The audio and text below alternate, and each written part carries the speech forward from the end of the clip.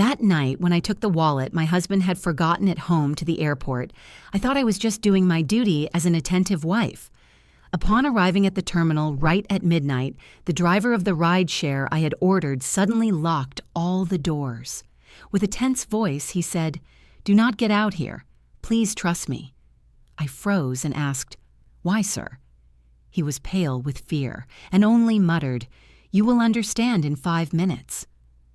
I remained silent, trying to take deep breaths and obeying his words, never imagining that exactly 5 minutes later, 3 police cruisers would surround us completely. I never would have thought that night would end up changing my entire life. Welcome to Martha's Stories. I share new life stories here every day, and I'd really appreciate it if you hit subscribe and liked my video. Drop a comment down below telling me where you're watching from and what time it is for you right now.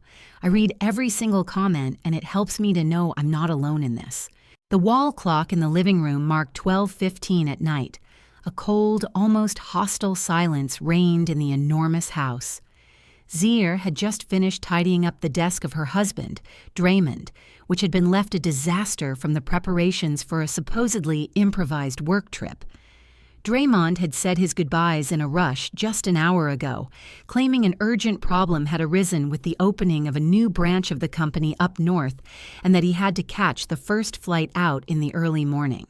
Zier, a devoted wife who rarely questioned anything, had only helped prepare his clothes and things without asking too many questions because she trusted him blindly. During 3 years of marriage, Draymond had been the perfect husband to her, hardworking, kind, and always sweet in his demeanor. He seemed like someone incapable of hurting her. When Zier was about to turn off the office light, something black caught her attention under a pile of folders on the corner of the desk. She felt her heart drop when she recognized the object. It was Draymond's leather wallet. She picked it up immediately and checked inside. His ID, his main credit card, his debit card, and a thick wad of bills were all there. Zier got nervous instantly. How was it possible that Draymond had left for the airport without his wallet? Without ID, he wouldn't be able to board the plane. Without cards or cash, he would have trouble during the trip. Immediately, images of him lost in the terminal, angry or even stranded because of that clumsiness, began to drill into her mind. Zier ran to the bedroom to find her phone and called Draymond several times. The ringtone sounded over and over, but nobody answered. She thought perhaps he was in the car on the way to the airport, that he had his mobile on silent or was talking to someone. That only increased her anxiety. She looked at the wall clock again. It was 12:20. Draymond's flight was scheduled for 2:00 in the morning. There was still time if she left immediately. They lived about 45 minutes from the airport if the traffic was clear. Zier didn't drive at night because she suffered from glare blindness from oncoming headlights, and besides, the family chauffeur had gone home at sunset. Without thinking twice, she decided to order a rideshare through an app. With trembling fingers, she opened the app on her mobile. She had to take that wallet to him at all costs. She didn't want Draymond to get into trouble for something she could fix. After a few minutes of searching, the app indicated that a driver had accepted the trip. The name that appeared on the screen was Booker. The car was a black sedan, and it was very close to their gated community. He would arrive in about 5 minutes. Zier quickly put on her hijab, she buttoned up a thick coat to protect herself from the freezing night air, and clutched Draymond's wallet with such force that she seemed to be holding on to her own life. 5 minutes later, a black sedan pulled up in front of the gate. Zier went out, locked up, and walked down to the street. She opened the back door of the car and settled into the seat. The air conditioning hit her face with an artificial cold that contrasted with the silence of the night. In the front seat sat a middle-aged black man with hair already graying at the temples. He looked at Zier for barely a second through the rear-view mirror. He had a sharp gaze but an expressionless face. Zier greeted him politely. She apologized for requesting a ride so late and explained that she had to go to the domestic departures terminal at the airport. Mr. Booker only nodded his head without turning around and started the car slowly, leaving the zone of luxury homes behind. A strange silence reigned inside the car. The radio wasn't playing. There was no light jazz, nor that small effort at conversation that many drivers make to break the ice. Only the sound of the engine and the friction of the tires on the asphalt could be heard.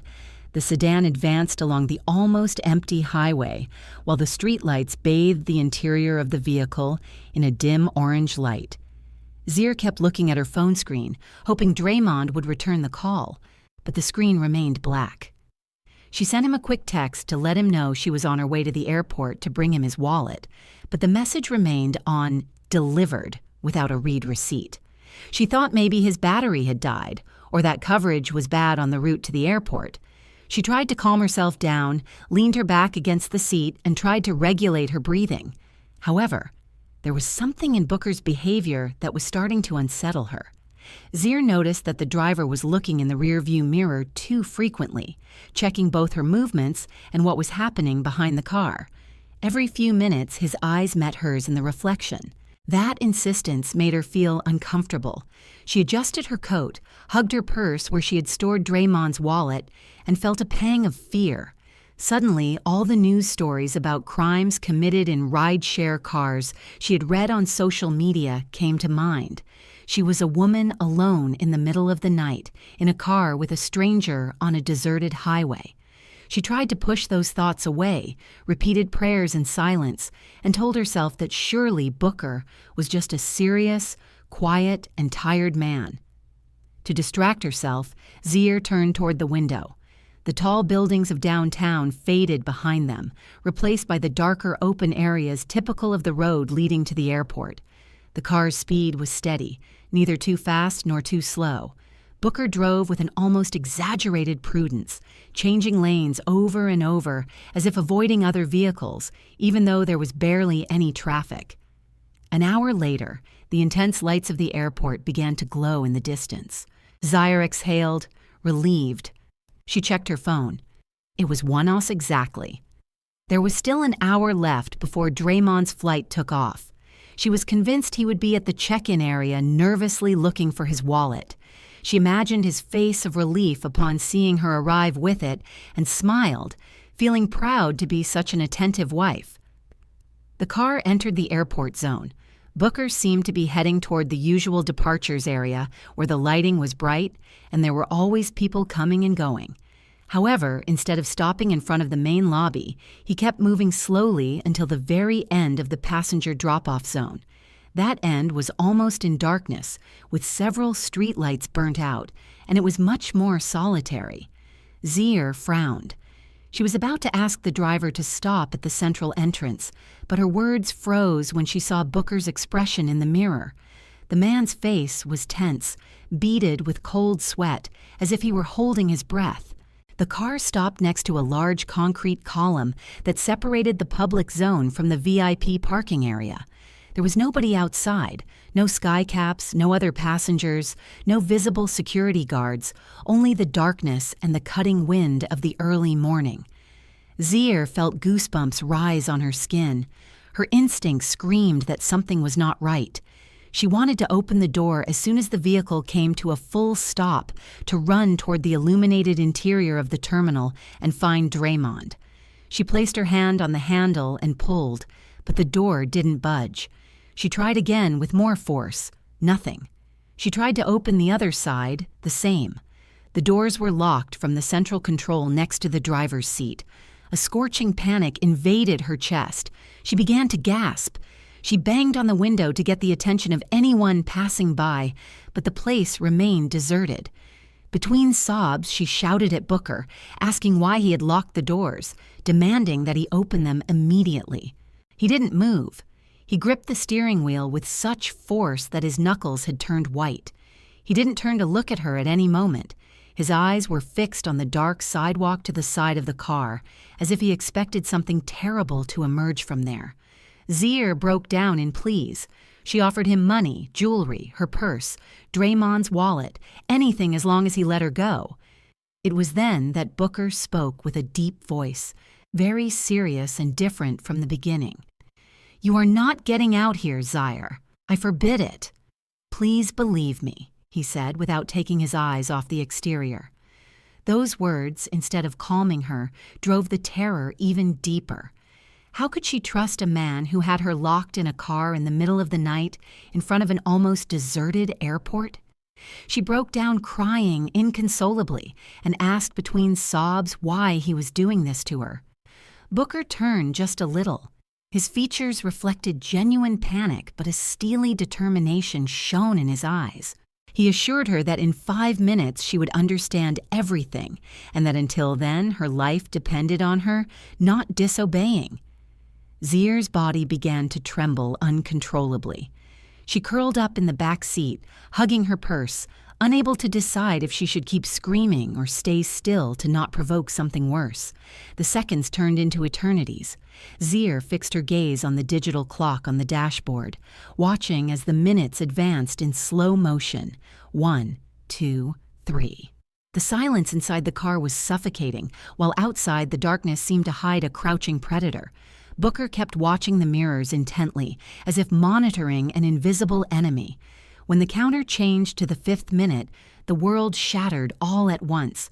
From the front and the back, 3 police cruisers appeared out of nowhere with sirens wailing and blue and red lights illuminating the forgotten corner of the terminal. They surrounded the sedan and blocked any exit. Zier let out a stifled scream, convinced for a moment that they were coming to arrest the driver. She felt a glimmer of relief. She thought they had rescued her from a kidnapping. Several officers in bulletproof vests got out of the cars, armed with rifles. They moved with speed and military precision. Zier ducked, fearing a shootout would erupt. She heard shouted orders over the loudspeakers commanding someone to get down and surrender immediately. She closed her eyes and covered her ears, wishing for it all to end soon. But to her surprise, the police didn't aim at Booker's sedan.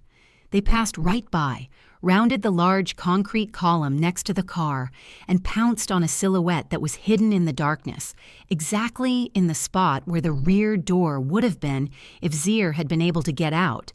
She dared to lift her head just a little.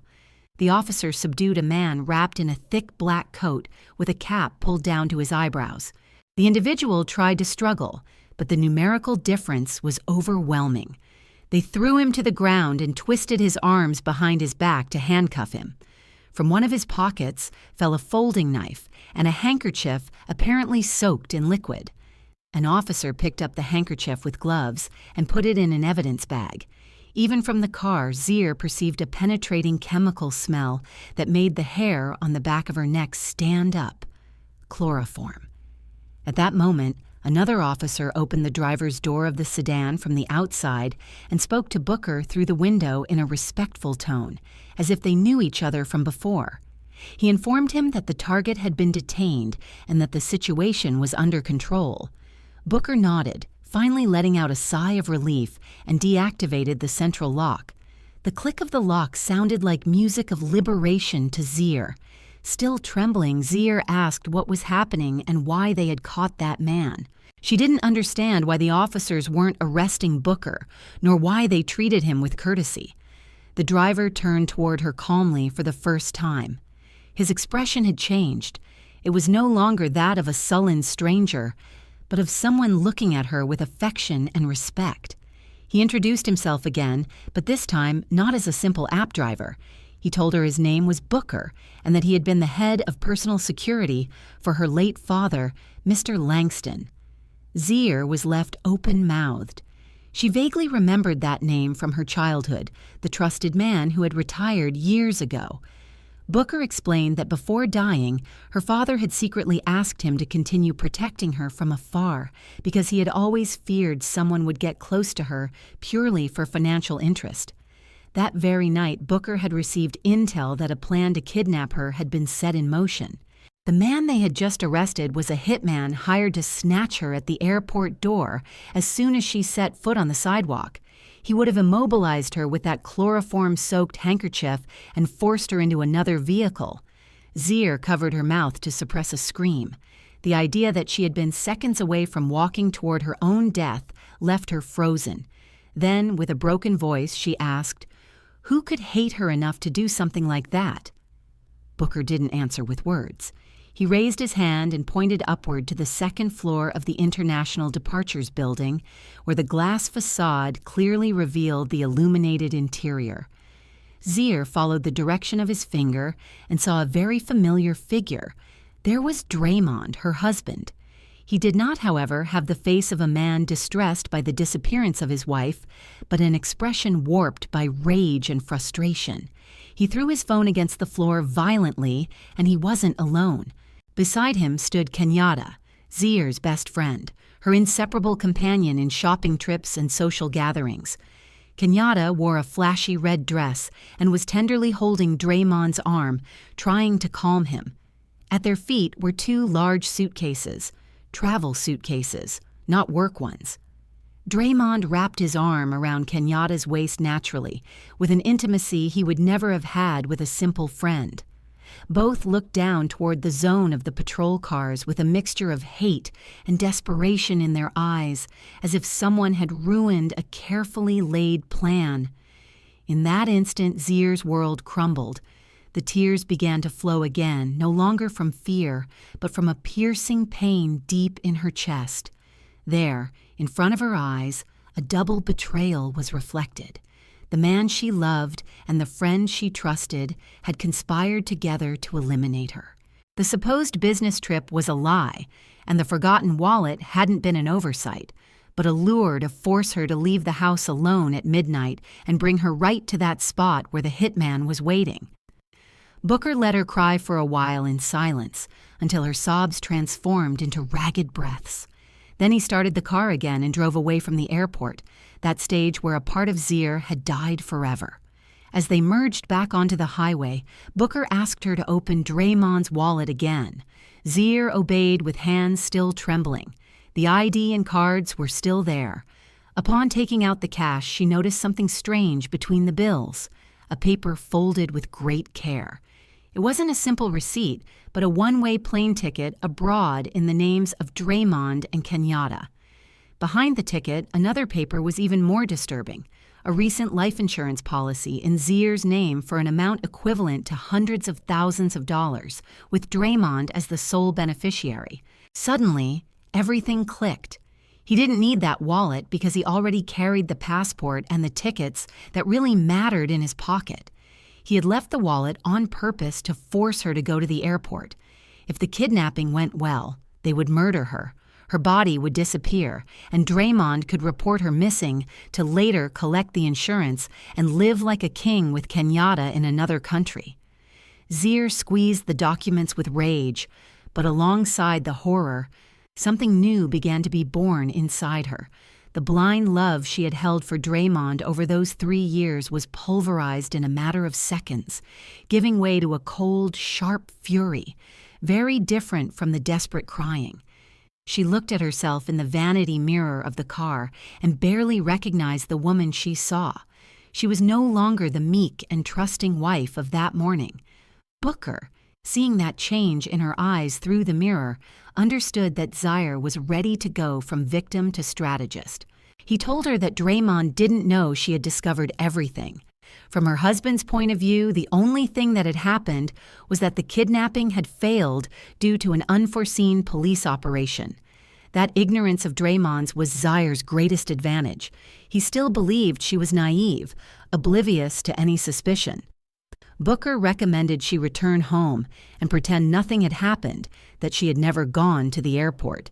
They needed time to prepare a response, protect Zier's assets, and gather evidence. The old version of her, the blind and compliant woman, was buried that night in the airport parking lot. A new Zier surfaced, willing to exact revenge with patience and precision. Booker's black sedan advanced slowly, as if crossing a bridge between two worlds, that of naivety and that of lucidity. Inside the car, the silence returned, but it was no longer the discomfort of before, but a dense calm charged with pain and determination. Zier kept hugging her purse as if it were a life vest in the middle of the storm that had devastated her life in less than an hour. Her tears had dried, leaving a rough sting on her skin. She watched the highway illuminated by a sad yellow light, while her mind went over everything she had seen and heard again and again. Booker, with a serene and fatherly voice, considered it was the moment to give her context. He confessed that he had been observing Draymond's movements with concern for 6 months. Through old contacts in the police and private security, he had found out that a well-known young businessman had gotten into debt with illegal online gambling for a huge sum, exceeding $200,000. That businessman was Draymond. At first, Booker didn't want to believe it, but the evidence piled up. There were reports about pawning small properties discreetly without notifying Zier. Draymond's behavior had become more hermetic, more nervous. Zier remembered with a knot in her throat all the times he had complained about blocked projects or delinquent clients to justify needing to sign urgent documents with her and withdraw money from the joint account. Now she understood that it wasn't the business devouring that money, but the gambling. She felt clumsily guilty, as if she had failed her father's legacy, who had left her the company and properties to care for. She had allowed a wolf in sheep's clothing to sleep beside her every night, devouring her future little by little. Booker then asked her to check the wallet again with more attention. Zier slid her fingers through a compartment so narrow it was barely noticeable behind the card slots. There she found a very folded paper, a power of attorney transferring the title of the main house and a valuable estate in the center of the city from her name to Draymond's. The signature that appeared at the bottom was Zier's, or at least it looked like it. She knew immediately she had never signed that document. Booker explained that Draymond had probably forged her signature or slipped that paper in among other documents when she was tired or distracted. The plan was so meticulous, it was scary. If the kidnapping succeeded and Zier disappeared, Draymond would use that power of attorney immediately before the news went public and legally keep everything. Zier crumpled the paper with rage. Not an ounce of affection remained in her chest. She remembered Draymond's sweet smile when saying goodbye that night, thinking that in a few hours she would be dead. She swore to herself she would not let herself be fooled like that again. She looked at her own reflection in the car window and decided that the weak woman she had been until then ended there. In honor of her father's memory and out of respect for herself, she would not allow Draymond and Kenyatta to win even one more inch. Booker, seeing that resolve, began to outline a plan. The first thing was to return home before Draymond returned frustrated from the airport. The official story had to be very simple. Zier had found the wallet at home in a plausible place so that Draymond believed she had not set foot outside. The ride back seemed shorter than the ride there. The streets of Atlanta were almost empty at 2:20 in the morning, a perfect setting for Zier to order her thoughts. She wiped away the remnants of tears, fixed her hijab in the small mirror, and practiced a smile. At first, the gesture looked hard and artificial, but by trying repeatedly, she managed to recover the sweet expression Draymond knew.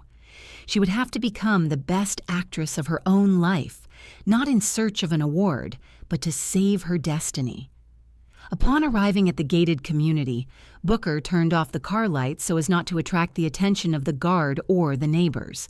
He dropped her off a few yards before the door, so the sound of the engine wouldn't give anything away. Before Zier got out, Booker handed her a small device the size of a button. It was a high-tech spy microphone. He asked her to hide it in a place Draymond used daily to talk or work, but where it wouldn't be easy to detect. Zier clenched it in her fist with determination. She got out of the car and slipped to the door of her own house, as if she were an intruder in enemy territory. She opened the lock with extreme care so it wouldn't creak.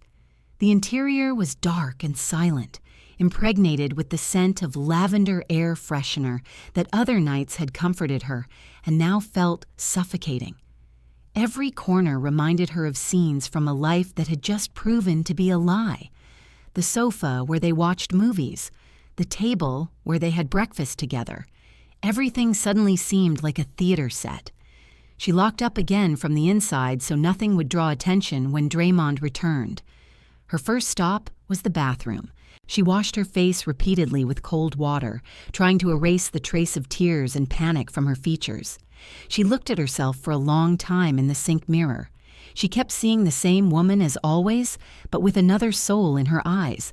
There was no longer naivety, but a new lucid hardness. She whispered to herself that she could do it, that she wasn't a helpless victim, but the daughter of a strong man who never gave up. When she felt serene enough, she began to set the stage. Zier took Draymond's wallet to the living room and meditated on where it would be most logical to find it. It shouldn't be hidden in an impossible place, but not so visible that it looked placed on purpose. After a few seconds of reflection, she decided to leave it half wedged in the crack between the sofa cushion and the armrest, just as it could have fallen from Draymond's pocket when he sat down for the last time to put on his shoes. The spot was perfect. Then she sat on that same sofa, turned on the television with the volume very low, left a magazine in her hands, and settled in as if she were reading until she fell asleep. The clock struck 3 when she heard a car engine approach and stop in front of the house.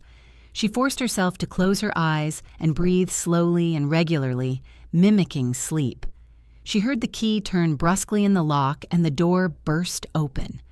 Draymond entered panting, with his tie loose, his face sweaty, and his expression altered.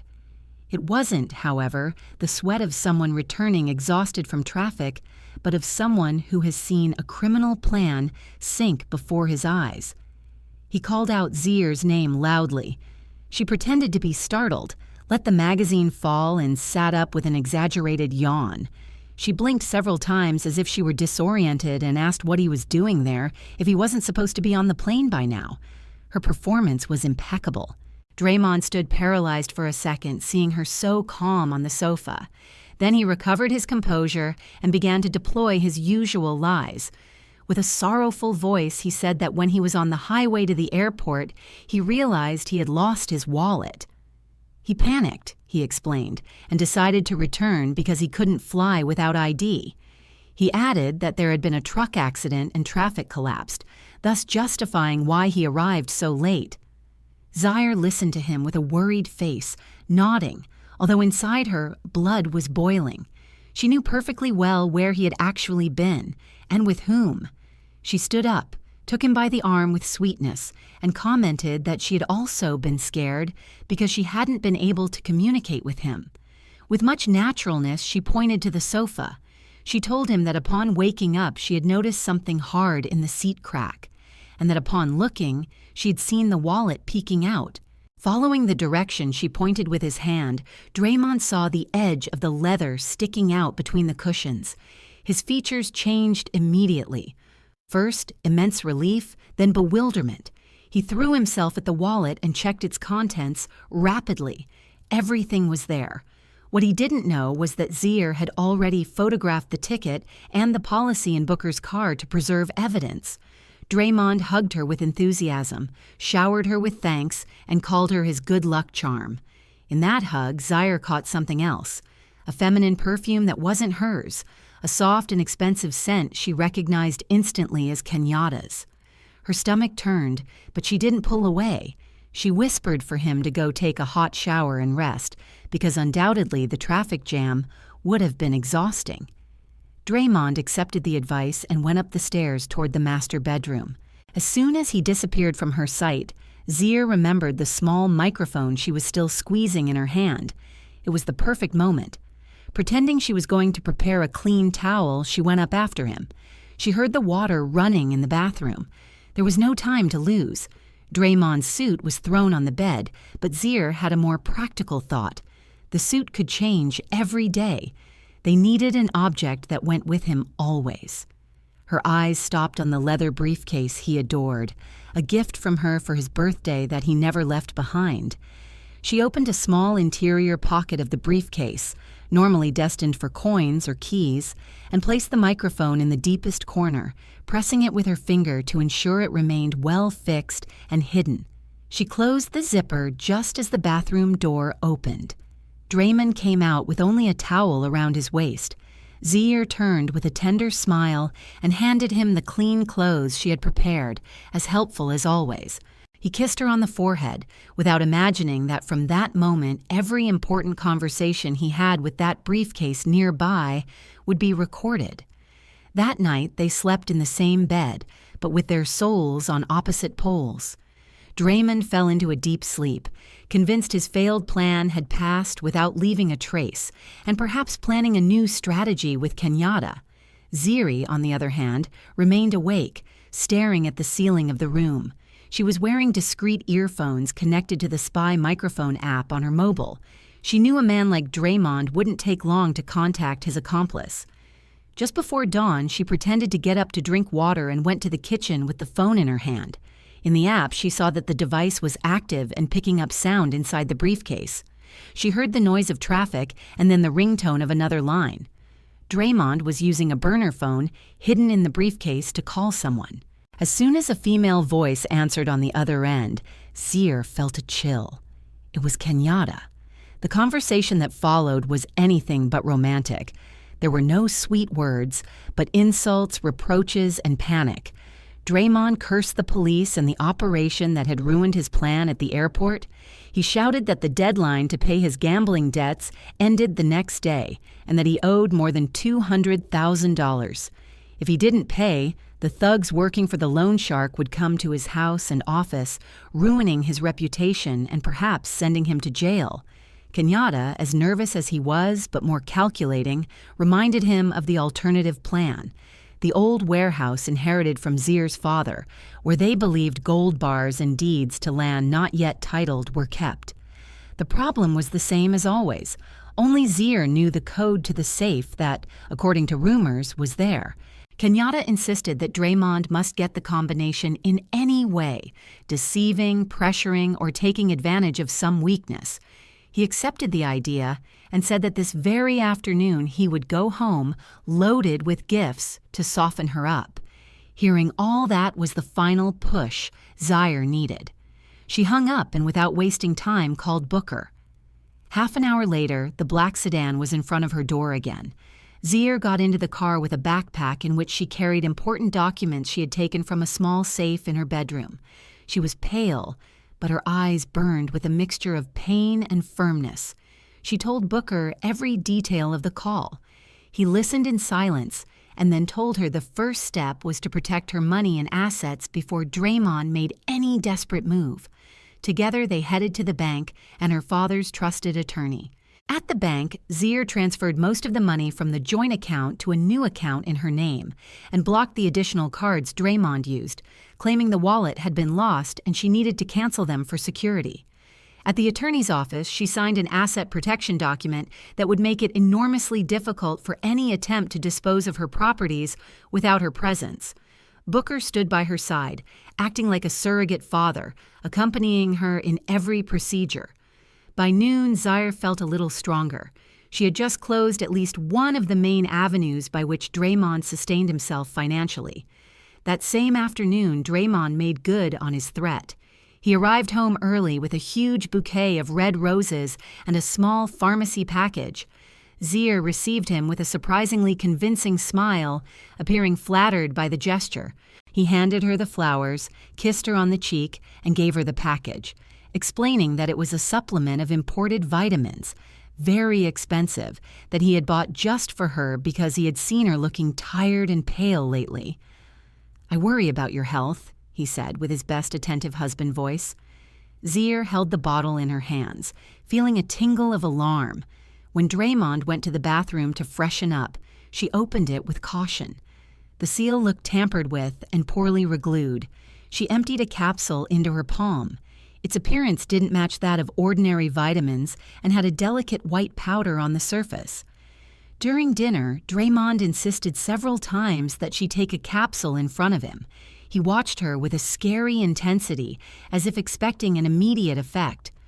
Zir, with cunning, got up from the table saying she was going to get a glass of water in the kitchen. She threw the capsule down the sink drain and popped a mint candy of similar size into her mouth.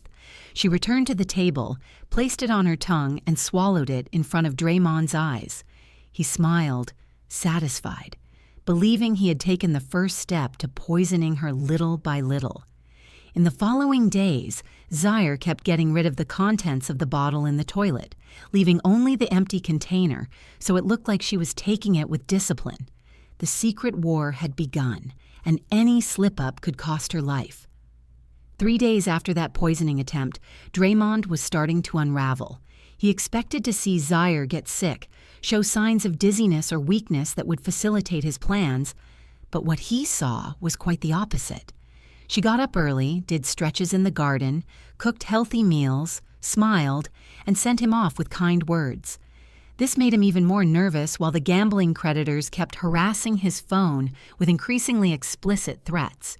Zaire, seeing that the pressure on him was increasing, decided the moment had come to move to psychological counterattack.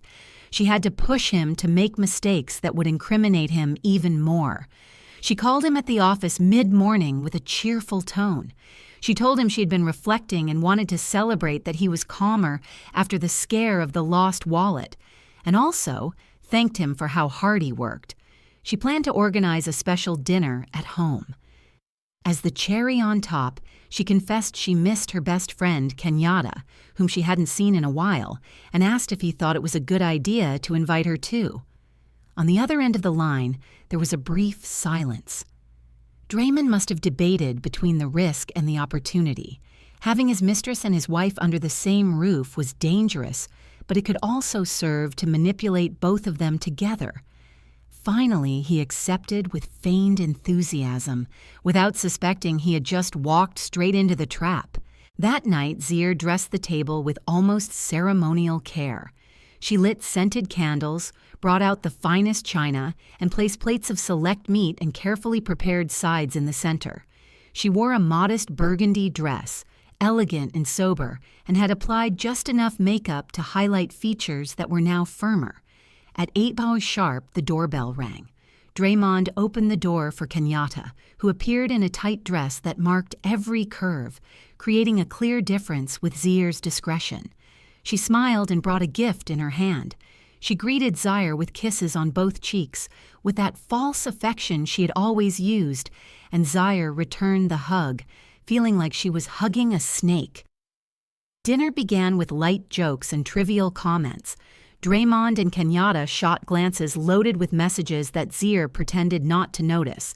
She concentrated on serving, refilling glasses, and maintaining the apparently cordial atmosphere. Amid the clinking of silverware, Zaire decided to move the pieces. She slowly laid her knife and fork on the plate, wiped her lips with the napkin, and with a lower voice said that the night before, she had had a very strange dream. Draymond, with his mouth full, asked what she had dreamed. Zaire smiled with an enigmatic air. She recounted that in the dream there was a rich woman with a charming husband and a very close friend, but secretly that husband and friend were conspiring to murder her for her inheritance. The details she added were so precise, they turned blood to ice. She spoke of a fake work trip, of a hitman with chloroform at the door of an airport, of adulterated vitamins. Kenyatta's face lost all color. Her fork slipped from her hand and clattered against the plate. Draymond choked on a piece of meat and started coughing desperately, drinking water in large gulps. The air in the room became thick. The two looked at each other sideways, trying to guess how much Zaire knew. She, after a calculated pause, let out a light laugh and said that luckily it had only been a dream, because it was impossible for a husband as loving as Draymond and a friend as good as Kenyatta to do something so monstrous. Her words, soft in form, cut like a scalpel. Before they could regain control, Zaire launched the final strike. She said that dream had made her think a lot about death, and that, driven by a kind of spiritual enlightenment, she had gone that very day to the attorney. She commented with a serene gesture that she had completely modified her will. She explained that if she died suddenly or in dubious circumstances before the age of 60, 100% of her assets, including the house, the land, the bank accounts, the stocks, and the contents of the family safe, would be donated automatically to a foundation for orphanages and a cancer charity. Neither her husband nor any other relative would receive a single dollar. She justified her decision by saying Draymond was a capable man who could earn a living by himself without depending on an inheritance. The room was plunged into a brutal silence. Draymond went rigid, staring into space as if someone had yanked the floor from under his feet. Kenyatta opened her mouth but found no words. All the effort to eliminate Zir and keep her money had been neutralized in an instant. Killing her no longer made sense. If she died, they would have nothing to inherit beyond their own debts. Zir looked at them, tilted her head, and with a sweetly poisonous smile asked if they saw anything wrong with her decision, if perhaps it wasn't worthy to dedicate to charity. Draymond stammered that it was an exaggerated reaction and that she had to think about the family's future. Zir interrupted him with firm politeness, insisting she was doing it precisely thinking of her spiritual future. She finished her piece of meat as if nothing had happened, while across from her two greedy souls fell apart in silent desperation. What neither of them knew was that in a corner of the dining room, a small light from a hidden camera installed by Booker blinked, recording every gesture, every look of panic. That dinner was the first piece of a dossier of evidence that would completely dismantle Draymond and Kenyatta's version in court. That same night, unable to sleep, Draymond and Kenyatta took refuge in the small apartment she had in another part of the city, their secret hideout which had now become a panic shelter. Draymond's phone wouldn't stop vibrating with calls and messages from foreign numbers loaded with threats and nasty photos. The bookies weren't going to wait any longer. Draymond paced from one side to the other, disheveled, haggard, increasingly on the verge of collapse. He knew that with the new will, killing Zir would be useless. Getting the inheritance the fast way was ruled out. Kenyatta, smoking nervously on the sofa, blamed him for everything. She threw the responsibility on him for not having controlled his wife and for having allowed her to change the will. They argued, shouting with increasingly cruel insults. However, the more the clock advanced, the clearer they saw they needed money immediately. If they couldn't eliminate Zir, they only had the option to break her. Draymond decided to give a new twist to the violence. He would plot a domestic kidnapping. He would hire 3 thugs to enter the house, tie Zir up, and torture her physically and psychologically, until, weakened, she signed a revocation of the will and several powers of attorney for the transfer of assets. He was no longer interested in pretending to be the perfect husband. His life was at stake, and the mask was falling off. The next day, Draymond didn't return home. He sent a text saying an urgent audit had come up at the company and he would have to stay and sleep there. In reality, he met with 3 burly criminals in a coffee shop on the outskirts of the city. He promised them a good payout if they managed to get the necessary signatures out of Zir. When the sun began to set and the sky dyed orange, Draymond, Kenyatta, and the thugs got into a van with tinted windows, heading for Zir's house. From outside, the residence was silent. There were no lights on in the entrance. Something strange because Zir usually turned on the porch light before dusk. Her car was still in the garage, which meant, in theory, she was inside. Draymond opened the gate with a spare key and walked with his heart racing. He signaled the thugs to get ready. He put the key in the lock of the main door and turned it carefully. The door opened without resistance. They entered like a wave onto the ground floor, prepared to subdue whoever they found. The thugs checked the living room, the kitchen, and the guest rooms. Draymond and Kenyatta ran up to the master bedroom where Zir usually rested when she was home. Draymond kicked the door open and shouted her name with a threatening tone. The room was empty, the bed impeccably made, the closet intact. He started checking the bathroom, the study, every corner of the upper floor. Nothing. The house seemed abandoned. Terrified by the possibility that Zir had managed to escape, Draymond went back down to the living room. The thugs confirmed there was nobody in the entire house. In a fit of rage, he kicked a glass coffee table, breaking a vase to pieces. Then a soft sound broke the silence. A laptop turned on sitting on the center table had emitted a notification, and the screen lit up suddenly. Draymond, Kenyatta, and the thugs approached with suspicion. On the screen, an incoming video call began to play automatically. Ziri's face appeared with clarity. She was sitting in an unknown room wearing a black hijab and a serene, almost cold expression. Draymond leaned toward the screen and shouted, demanding to know where she was and ordering her to come home. Zir didn't flinch. She greeted Draymond, Kenyatta, and without hesitating, greeted the guests they had brought too, demonstrating she knew perfectly well he wasn't alone. Then she pointed with her finger to a small mark in the corner of the screen, the live stream icon and a viewer counter that wouldn't stop rising. She explained to them that hidden cameras placed throughout the house were broadcasting in real time to a private server accessed by her lawyer and certain police contacts. If she pressed a button on her mobile, all the content and the location would be sent immediately to the authorities. Draymond went pale. Zir hadn't alerted the police yet. She was giving them one last chance to listen to her calmly. She told them she knew they had come for her money, and she knew Draymond was being hounded for his gambling debts. She acknowledged she was aware of the urgency, but added she didn't intend to help him in the way he wanted. Still, she assured she wasn't so cruel as to let them kill him for a default. She confessed that the will really existed just as she had told them, and that the main assets were already shielded. But she also revealed she had liquid capital not registered in the will, a legacy from her father in the form of cash and gold kept in a secret place, sufficient to cover the debt and then some. Draymond and Kenyatta's eyes shone with greed. They asked where that money was, promising to disappear forever from Zir's life once they had it. She described an old textile warehouse owned by her family in an abandoned industrial zone, a place almost nobody visited. She recounted that in the back, under the concrete floor where machine number 7 used to stand, there was a buried safe. She gave them the combination, based on their wedding date reversed. It was a story so detailed and plausible that it dissipated Draymond's last reservations. He remembered that warehouse. He had been there once at the start of the marriage and knew it was perfect for hiding something. Without thinking anymore, Draymond ordered the thugs to accompany him to the warehouse.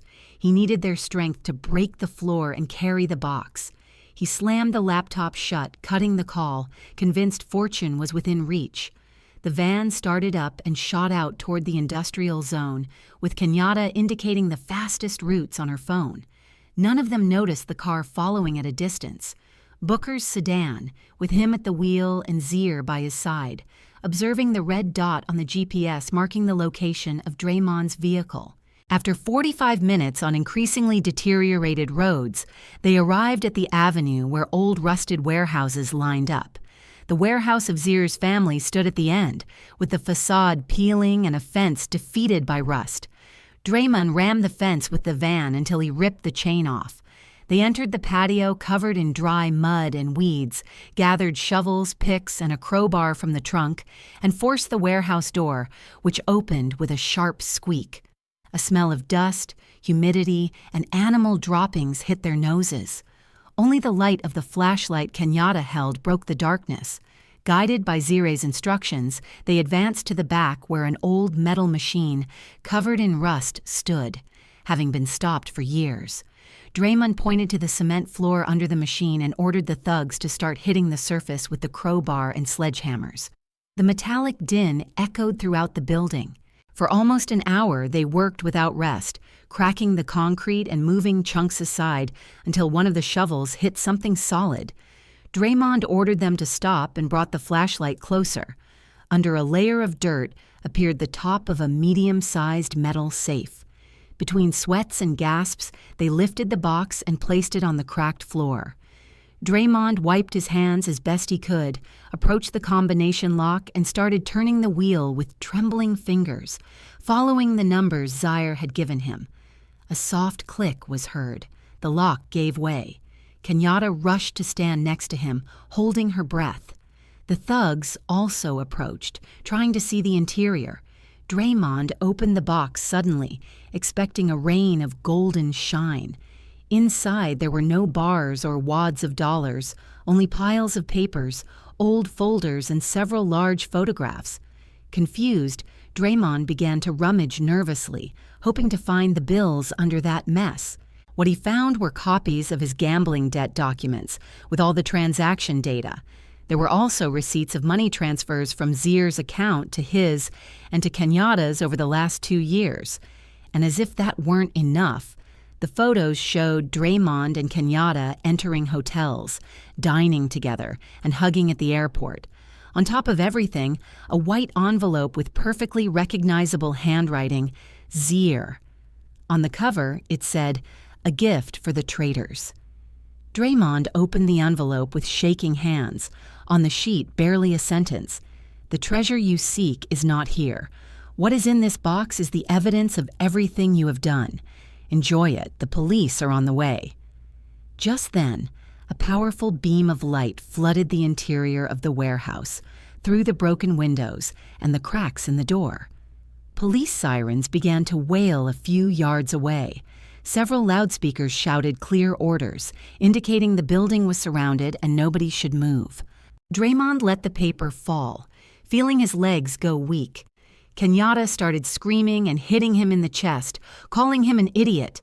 The thugs tried to flee toward a back exit, but the door flew inward under the ram of a SWAT team. In a matter of minutes, everyone was pinned against the cold cement floor with hands cuffed behind their backs. The greed that had led them there had ended in a dry blow of reality.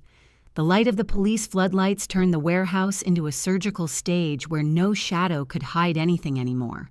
In the middle of the chaos, the main door of the warehouse opened softly, and the officers made a corridor.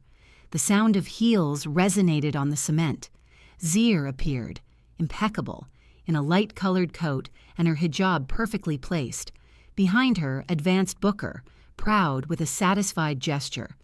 Draymond and Kenyatta on the floor looked up and saw her as if she were the very personification of destiny, coming to settle accounts. There was no trace left of the submissive wife they knew. In front of them stood a woman who had regained control of her life. Draymond tried to crawl toward her crying, asking for forgiveness, saying it had been a mistake, that he was confused, that Kenyatta had manipulated him, that deep down he loved her. He knelt, tried to kiss the tips of her shoes. Kenyatta, seeing that scene, let out an insult and also started begging, assuring she had only followed Draymond and couldn't bear to go to prison. Zier took a step back so as not to let herself be touched. She looked at them with a mixture of pity and repulsion. She asked Draymond if he remembered the night at the airport when he watched her from the window, waiting for a hitman to end her life. She told him that night she had gifted him a possibility of change by not reporting him immediately, that she wanted to see if there was any humanity left in him. Instead of that, he had offered her poison and violence. And she then took out her phone and showed them the screen. Dozens of comments scrolled under a live stream. Insults, condemnations, rage. She recounted that both what was happening in that warehouse and the kidnapping attempt planned at her house had been recorded and broadcast to a circle of trusted people. His former partners, neighbors, and relatives had seen the true face of Draymond and Kenyatta. Not only were they going to lose their freedom, but also the reputation they had presumed so much. A police chief approached Zier and asked permission to take the detainees away. She nodded. The officers lifted Draymond and Kenyatta. He walked like a broken doll. She kept trying to break free, promising it was all a misunderstanding. When the cars left and the warehouse recovered the gloom, Zier took a deep breath for the first time in many days. She looked at the safe, open full of papers and photos, and understood it was a perfect metaphor for her marriage, a container that from the outside seemed solid and valuable, but inside was full of trash. She turned toward Booker, who waited for her by the door, and nodded. It was time to go home, this time for real, to a house that little by little would stop being contaminated by the poison Draymond had spilled over it. 6 months later, Zier's life was different. The trials against Draymond and Kenyatta proceeded rapidly. The audio recordings, the camera videos, the documents found in the safe, and the bank movements painted a picture so clear that their lawyers found it impossible to build a credible defense. The judge sentenced them harshly for attempted murder, fraud, scamming, and forgery of documents. Draymond was sent to a maximum security prison. There, he discovered his creditors also had friends among the inmates, his days filled with threats, extortions, and beatings. His expensive suits and aura of a respectable man had been left behind. He was just another skinny guy with wild eyes, without honor or future. Kenyatta, for her part, was held in a women's prison, where word soon spread that she had participated in a plan to murder her best friend. The contempt of the inmates was immediate. The flirtatious and haughty woman Zir had known became a shadow who washed other people's clothes in exchange for a little protection. Every night she repented between tears, but guilt changed nothing anymore. The place she could have occupied beside a loyal friend she had replaced with a cell and a life marked forever. Zir, on the other hand, dedicated those months to rebuilding herself. She renovated the house, changed furniture colors and layout. She removed every trace of Draymond's decisions and filled the rooms with light and life. The dwelling stopped being a stage of lies to become an authentic home. She also took care of the company inherited from her father. Accompanied by lawyers and advisors, she detected and expelled those who had collaborated with Draymond in shady maneuvers. She implemented new controls, fostered a culture of transparency, and discovered that in reality she had a great talent for business. She wasn't just the owner's daughter, she was the director, guiding the company toward a new stage of growth. Her figure became known in business circles. She began to be invited to talks and seminars on female leadership. She told her story with discretion, without naming names, focusing on how a woman can overcome betrayal and take the reins of her destiny. The hijab she wore with elegance wasn't just a garment of faith, but a symbol of the strength she had found within herself. Her employees looked at her with genuine respect, not out of fear, but because they saw in her someone who had fallen to the bottom and had risen without renouncing her dignity. One bright morning, Zir arrived at the same airport where her life had been about to end. This time, however, she went with a light heart and a small travel suitcase. She wore a comfortable and elegant outfit in soft tones, with sunglasses and a calm smile. Booker accompanied her to the VIP boarding area. He was no longer just her father's former security man. He was her right hand in the company, and above that, a member of the family Zir had chosen. Stopping near the concrete column where months before they had wanted to kill her, Zir looked at the spot sideways. The memory didn't hurt anymore. It only reminded her how far she had come. Booker asked her, almost with fatherly pride, if she was ready for the trip. Zir nodded. She held in her hand the tickets for Umrah, the minor pilgrimage to Mecca, and a subsequent visit to Turkey, the trip she had always dreamed of taking as a couple, and that now she was going to enjoy alone from a conquered freedom. She thanked Booker for everything he had done for her, telling him that for her he wasn't just a protector, but a true guardian angel sent by her father. From memory, he got emotional with misty eyes. She then turned toward the international departures door, took a deep breath, and advanced.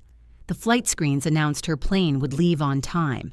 It was a detail that seemed almost symbolic to her.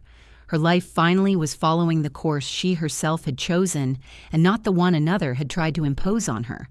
While standing in line at immigration, Zir allowed herself to close her eyes for a few seconds, silently giving thanks for having survived those 5 minutes in which a simple "don't get out of the car" saved her life. Draymond and Kenyatta were left behind like a dark chapter of a book that had already finished. What awaited her on the other side of the door was a future full of possibilities. When the agent stamped her passport and she crossed the checkpoint, she knew it was the definitive closure of that story. The night she was almost a victim had transformed into the starting point of the woman she was now. Zir walked toward the boarding gate, pushing her suitcase with a firm step, ready to write the next chapters of her life with her own hand. Did you like the story, and which city are you listening from? Let's meet in the comments. If you like the story, you can support me by sending a super thanks so I can keep bringing more stories like this. Thank you so much for your sweet support. I'm looking forward to your comments on the story. On the screen, you can see 2 new life stories that I highly recommend. There's so much more on my channel. Don't forget to subscribe. See you in the next life story with love and respect.